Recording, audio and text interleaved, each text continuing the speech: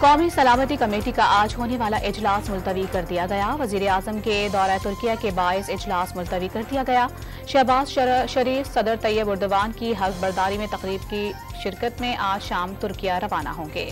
9 मई के फसादात में पीटीआई के एक और शरपसंद सरगना की शनाख्त। चीनी ऊँट में पीटीआई का कारकुन नाजिम अब्बास तोड़फोड़ और हमलों में आगे था। सौदा के लवाहिकीन और तलबा तंजीमों का जिना हाउस लाहौर का दौरा। तारीखी इमारत की तबाहाली देखकर गम और गुस्से का इजहार। शरपसंदों को ना छोड़ने का मुतालिबा।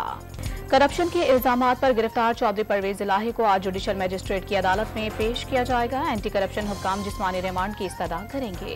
खैबर पख्तूनख्वा, पंजाब और इस्लामाबाद पुलिस को मतलूब पीटीआई रहनुमा मुराद सईद को गिरफ्तार करने के लिए केपी पुलिस को खुसूसी टास्क सौंप दिया गया।